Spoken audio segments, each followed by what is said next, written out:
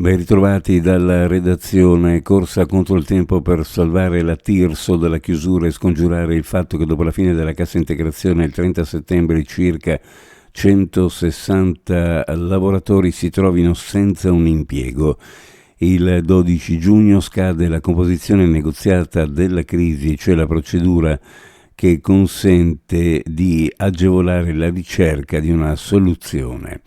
Ma dopo il passo indietro di Roncandin, l'azienda pordenonese specializzata in pizze congelate, ufficializzato poco più di una settimana fa, la sensazione è che ormai sia troppo tardi per trovare altre realtà interessate a rilevare il sito produttivo dopo che le energie si erano concentrate per 7 mesi interamente su una opzione sola che sembrava blindatissima, e per chiedere proroghe della procedura è necessario che ci siano elementi concreti che indichino nuove strade da seguire, senza le quali è possibile che il Tribunale rifiuti l'istanza.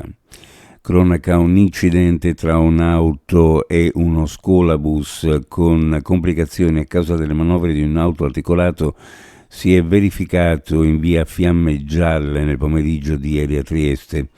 L'incidente è avvenuto all'altezza della piscina Bianchi e ha coinvolto una Kia e uno scolabus con circa 40 bambini a bordo. La dinamica al vaglio della polizia locale, sembra che il bus transitasse in direzione Rive. Si sono verificati danni lievi alle vetture, sono intervenute 2 ambulanze del 118 per verificare che i bambini stessero bene. Nessuno è stato portato al pronto soccorso, ma il traffico è rimasto bloccato per diverso tempo. Un'auto esce di strada e finisce sulla scalinata di fronte al Giulia. È successo ieri proprio davanti al centro commerciale di via Giulia.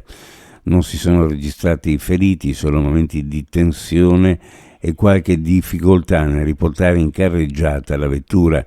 Nessun ferito, ignote le cause e le dinamiche al vaglio delle forze dell'ordine.